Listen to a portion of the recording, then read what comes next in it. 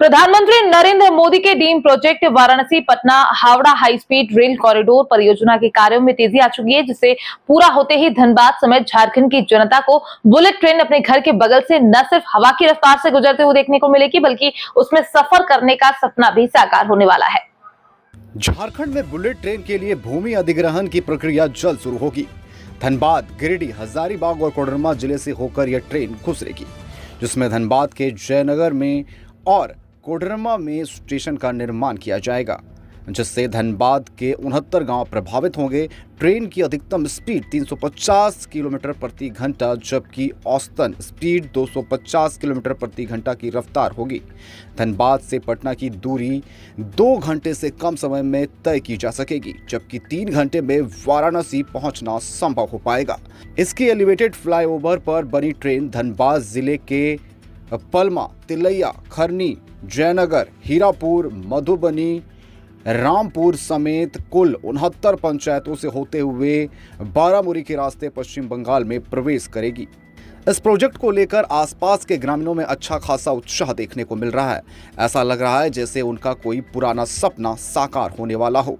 लेकिन इसके साथ भूमि अधिग्रहण से मिलने वाली मुआवजे की राशि और नियोजन को लेकर कई तरह के सवाल खड़े हो रहे हैं। स्थानीय एवं प्रतिनिधियों ने भूमि अधिग्रहण के दौरान प्रभावित होने वाले लोगों के साथ साथ निर्माण कार्य में स्थानीय लोगों को नियोजन देने की मांग शुरू कर दी है।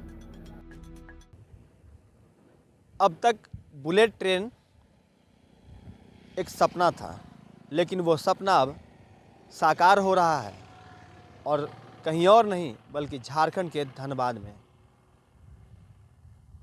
भारत सरकार की जो नई परियोजना है हाई स्पीड ट्रेन वाली, वह परियोजना वाराणसी से लेकर हावड़ा के बीच शुरू हो रही है।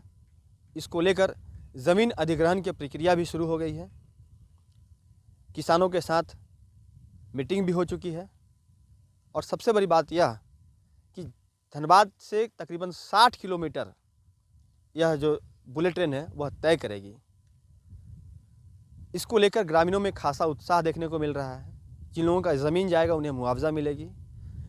लेकिन क्या मिजाज है यहाँ के लोगों का, हम अपने सहयोगी प्रभात से पूछते हैं। प्रभात जी, बुलेट ट्रेन की परिकल्पना साकार होने जा रही है और भारत सरकार ने एक बेहतर प्रोजेक्ट यहाँ पर लाने का काम किया है, जो धनबाद के कई इलाकों से होकर गुजरेंगे। खास करके ग्रामीण क्षेत्र इसके जद में आएंगे और लोगों को इसका मुआवजा भी मिलेगा।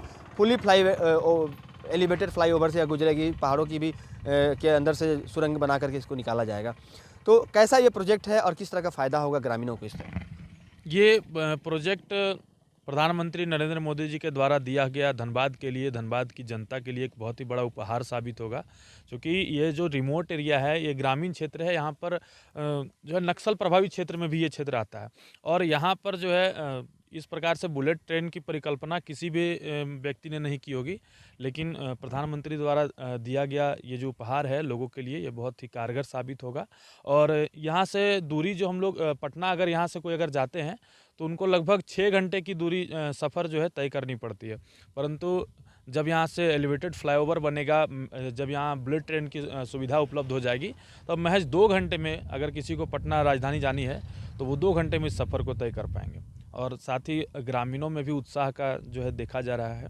इसके साथ ही बाबा विश्वनाथ जाने का जो सोच है, जो जाने की जो दूरी है वो अभी घट जाएगी और तकरीबन 4 से 5 घंटे में लोग वहाँ तक पहुँच जाएंगे। जी बिल्कुल, और जितने भी तमाम धार्मिक स्थल जो इस रूट में आते हैं वहाँ तक जाने के लिए जो सुविधाएं बढ़ेंगी।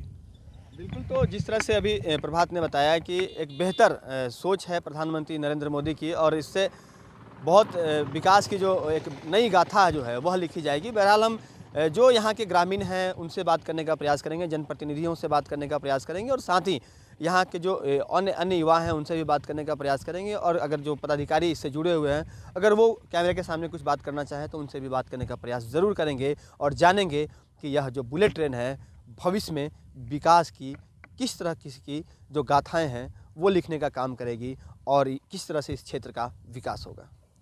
देखिए, सबसे पहले तो आपके चैनल को बहुत बहुत धन्यवाद, और आपके चैनल के माध्यम से सभी हमारे झारखंड के निवासी और देशवासियों को जोहार प्रणाम सभी को। आपने जो कहा कि हमारे पंचायत से होकर के बुलेट ट्रेन का जो सपना मैंने कभी लोग देखा करते थे या परिकल्पना भी नहीं कर पाते थे। इस तरह की योजनाएं आज यदि हमारे केंद्र की सरकार ने इस तरह की योजना यदि हमारे इस क्षेत्र से होकर के ग्रामीण क्षेत्रों के से होकर के यदि ये जा रही है बुलेट ट्रेन, तो ये हम लोगों के लिए बहुत गर्व की बात है। और देखिए, देश में विकास का पैमाना इसी तरह से होता है। आप विकास बहुत तरह से किया जाता है, जिसका एक उदाहरण ये सब भी है, क्योंकि आप देखते हैं कि एकमात्र स्टेशन हम लोग का धनबाद स्टेशन है और वहाँ पर आवागमन का भी बहुत हम लोग को कम संसाधन है, जबकि पूरा दुनिया में हमको लगता है दूसरा या तीसरा स्थान पे हम लोग रेवेन्यू देते हैं। उसके बावजूद बहुत सारी ट्रेनों की सुविधा यहाँ पर उपलब्ध नहीं है। तो ये बहुत बड़ा हम लोगों के लिए खुशखबरी है। एयरपोर्ट धनबाद को नहीं मिला, लेकिन बुलेट ट्रेन मिल रहा है, कहीं ना हाँ। कहीं राहत देने वाली बात है। जी, यही कहने जा रहे थे कि कम से कम ये बहुत बड़ी खुशखबरी हम लोगों के लिए है कि धनबाद जिला से होकर के बुलेट ट्रेन गुजर रही है। और हमको जहाँ तक ज्ञात हुआ है कि ये इसका स्टेशन बरवड्डा में ही होगा। बिल्कुल, जयनगर में जयनगर बरवड्डा को इसको लोकेट किया गया है। अभी तक पूरी हमको जानकारी नहीं है, लेकिन जो सुनने में आया है किस तरह का यहाँ पर स्टेशन बनने जा रहा है, तो हम लोगों के लिए दुगनी खुशी है। दुगनी खुशी इसलिए कि एक स्टेशन की जगह में अब हम लोग का 2 स्टेशन होगा, और दूसरा ये खुशी है कि हम लोग को ग्रामीण क्षेत्र में ये स्टेशन बनने जा रहा है। जो ये स्टेशन ग्रामीण क्षेत्र में बनेगा तो यहाँ निश्चित रूप से यहाँ पर डेवलप होगा, अच्छे खासे डेवलप होंगे, लोगों को रोजगार का साधन बढ़ेगा, रोजगार मिलेगा, आपका क्या कहते हैं कि जे आवागमन में लोगों को सुविधा होगी, तो इससे खुशी तो है हम लोगों को। क्या मांग करेंगे केंद्र सरकार से ग्रामीणों के लिए, जो जिनकी जमीन यहाँ से अधिग्रहण की जाएगी, उनके लिए कुछ मांग करेंगे? देखिए, एक चीज़ मैं एकदम क्लियर सभी से आग्रह करना चाहूँगा कि हर चीज़ का 2 पहलू होता है, सभी का पॉजिटिव नेगेटिव दोनों होता है। किसी का अच्छा हो सकता है तो कहीं 1-8% हो सकता है, किसी का खराब भी हो, चूँकि बहुत ऐसे इस विकास की गति को आगे बढ़ाने के लिए बहुत ऐसे लोग होते हैं जिनका मान लीजिए क्षति ऐसा हो जाता है कि उसको भरपाई करना बहुत मुश्किल हो जाता है। मान लीजिए कोई गरीब का ज़मीन उस रास्ते पर आ गया और उसका और ज़मीनें नहीं है, तो पैसा हम दे देंगे ठीक है, लेकिन वो ज़मीन और इधर उपलब्ध होना बहुत ही मुश्किल होगा। तो वैसे लोग, खास करके तो लोगों को जो उसका अथी है, क्षतिपूर्ति है, उसको पहले पूरा किया जाए, और वैसे लोगों को भी चिन्हित किया जाए जो मात्र उसी ज़मीन पर उसी पर आश्रित है, तो उनको मुआवजा के अलावा उनको कहीं बसाने का भी उपाय ये हम आग्रह करेंगे। नियोजन की भी मांग करेंगे ग्रामीणों के लिए? जी बिल्कुल, यही तो हमने कहा कि इस सब में नियोजन से लेकर के आपका सब चीज़ का इसमें फ़ायदा होगा लोगों का। निश्चित रूप से यहाँ बन रहा है तो यहाँ के लोगों को नियोजन देना ही है। जो हमारा ज़मीन जाएगा तो उसके घर के लोगों को तो नियोजन मिलना ही चाहिए। पहले ग्रामीणों ने नहीं किया होगा, पहले सिर्फ जापान में सुनने को मिलता था, भारत में जी, भी जी। इसकी शुरुआत हो गई है। जी, और जी। सबसे बड़ी बात है कि झारखंड में भी अपने धनबाद जिले से होकर ये गुजरने वाली है और आपके गांव से होकर गुजरने वाली है। जी। कितना फायदा ग्रामीणों को मिलेगा और क्या कुछ नुकसान हो सकता है? देखिए, हम लोग को मान लीजिए फ़ायदा तो मान लीजिए आपका जो बुलेट ट्रेन आएगी हमारे यहाँ से गुजरेगी, तो एक प्रकार के ठीक है, हम लोग को विकास, ये तो पहचान बनेगी। दूसरी बात है कि हम लोग को जब मान लीजिए जिस ज़मीन से मान लीजिए हम लोग को जिस रास्ते से गुजरो तो ज़मीन जाएगी हम लोग को, समझे ना। तो ज़मीन के बदले में जो है सो सरकार जो मुआवजा देगी, कितने % देती है वो तो मान लीजिए सरकार पर डिपेंड करता है। प्लस हम लोग को जब मान लीजिए ये बुलेट ट्रेन जब गुजरेगी तो सबका एक ठुआस रहता है कि नौजवानों का या तो अगले पीढ़ी का कि भाई हम लोग को भी इसमें कुछ इन्वॉल्व हो, विकास का ये रहे, मान लीजिए हम लोग को रोजगार का, मिलनी चाहिए। हाँ, रोजगार भी मिलने चाहिए, है ना। सबसे बड़ी बात यह है कि अभी तक जो चीज़ें सामने आई हैं कि 69 गांव गोविंदपुर और पूर्वी टुंडी और इधर अन्य प्रखंडों को मिला करके जी जी इसमें वहाँ से इनकी ज़मीनें ली जाएंगी, जी वहाँ के किसानों की ज़मीनें ली जाएंगी और करीब करीब 60 किलोमीटर का जो सफ़र है धनबाद में ट्रेन तय करेगी, धनबाद जिला में। धनबाद जिले में तय करेगी। जी, तो सबसे बड़ी बात यह है कि किसानों के लिए क्या मांग करेंगे आप लोग? किसानों के लिए हम लोग यही मांग करेंगे कि हम लोग को जो मुआवजा है, मुआवजा के बदले हम लोग को जो मुआवजा हो तो बढ़िया ये मिले। प्लस हम लोग को किसानों को उसमें है सो कुछ मतलब नौकरी वगैरह के ये हो जाता तो और मतलब हम लोग को लाभदायक होता, समझे ना, और होना भी चाहिए। हम लिए कहा कि मान लीजिए जॉब मान लीजिए आपका किसान का जब खेत चल जाएगा तो एक ही बार मुआवजा मिलकर उसका मतलब ख़त्म हो जाता है। अगर यदि उसको उसी में अगर यदि उसको नौकरी वगैरह का कुछ ये मिल जाता है तो उसका और मतलब भविष्य में फ़ायदा होगा। पीएम मोदी के लिए कुछ कहेंगे? हम तो चाहेंगे कि मोदी जी जिस तरह का काम हम लोग हमारे देश में कर रहे हैं इस तरह का काम और करते रहे और किसान पर भी ध्यान दें ताकि हम लोग को भी कुछ लाभ हो। आपके गांव से ट्रेन गुजार दे रहे हैं मोदी जी, जी उनको धन्यवाद देना तो बहुत बनता है। बहुत धन्यवाद है कि भाई हम लोग को मतलब गांव से मतलब ट्रेन क्या बुलेट ट्रेन गुजार दे जा रहे हैं। ताकि एयरपोर्ट का सपना तो अभी तक पूरा हुआ नहीं, जी लेकिन नहीं। बुलेट ट्रेन का सपना पूरा होने जा रहा है। होने जा रहा है। इसमें हम लोग बहुत बहुत मोदी जी का बधाई देते हैं, धन्यवाद करते हैं इस पर सोच।